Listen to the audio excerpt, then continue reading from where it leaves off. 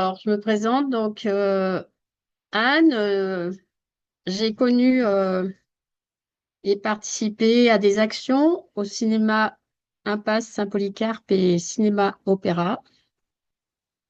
Entre les années 1979 et 1986. Alors, dans ce cadre-là, j'étais plutôt chargée de différents projets, comme la conception, la coordination de festivals, d'événements autour d'un auteur ou d'un acteur, euh, d'un thème. Et donc, il y avait ainsi tout un travail avec les scolaires, les universitaires, aussi des partenariats, des collaborations avec des acteurs du quartier. Et voilà, il y avait aussi tout un travail autour de l'élaboration d'outils de communication. Et donc, voilà, moi, j'étais en provenance du cinéma Le Canut qui avait été amené à fermer. Donc, c'est ainsi que j'ai rejoint l'équipe du cinéma et cinéma-opéra. Alors, pour citer deux exemples concrets de ces coordinations de projets, alors, il me revient un gros festival qui avait été développé, construit, mis en place avec la Condition des Soies. Ce festival s'appelait Caméra Plurielle. Donc, il s'agissait du premier festival de court-métrage à partir de réalisations par des jeunes créateurs issus de l'immigration. Donc, ce festival a eu lieu du 5 au 18 février 86. Par ailleurs, il y a eu un autre projet qui illustre cela. C'était dans le cadre d'un projet sur mode et cinéma, donc avec toute une programmation de films professionnels, des films d'auteur. Et en parallèle, il y a une action qui a été construite, conçue avec une école de stylisme qui était sur le bas des pentes, enfin le début de la presqu'île. Et dans ce cadre-là, un défilé de mode avait été organisé par trois jeunes stylistes dans le cinéma lui-même. Voilà ces deux exemples.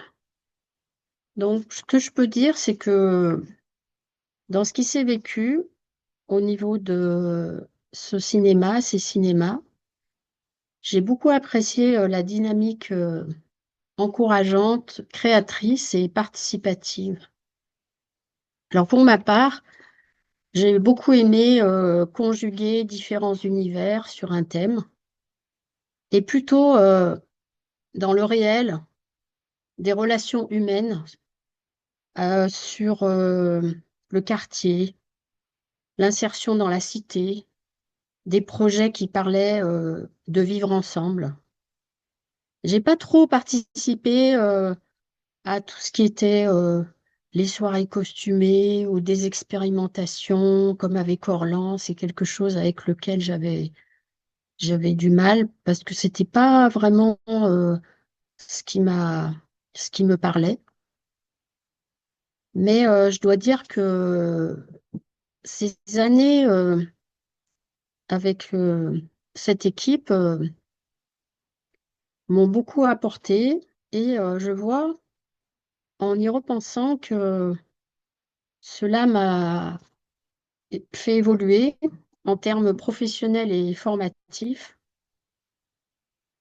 vers des univers où j'ai continué toute ma filière professionnelle durant à être amenée à coordonner différentes cultures au sens artistique ou anthroposophique du terme. Par exemple, j'ai été formée à l'université dans le cadre d'un diplôme d'études supérieures et spécialisées qui s'appelle Sociologie appliquée au développement local, qui croisait le développement culturel, le développement social urbain et le développement rural. Alors cet exemple est au niveau ma formation, mais au niveau professionnel aussi. Je voudrais illustrer cela par l'exemple d'un poste que j'ai eu comme secrétaire général d'un musée, où il s'agissait de coordonner plus de 15 métiers différents, allant des jardiniers au personnel de sécurité, aux médiateurs, au personnel d'accueil, de ménage, à la filière technique, aux restaurateurs de mosaïques. Donc c'est pour illustrer comment j'ai continué à avoir du plaisir et qui c'est vraiment euh, devenu une spécialité dans mon parcours de vie en ayant vraiment ce goût et puis cette passion et ces capacités naturellement de coordonner ces, ces différents univers. Je pense que je vous ai livré l'essentiel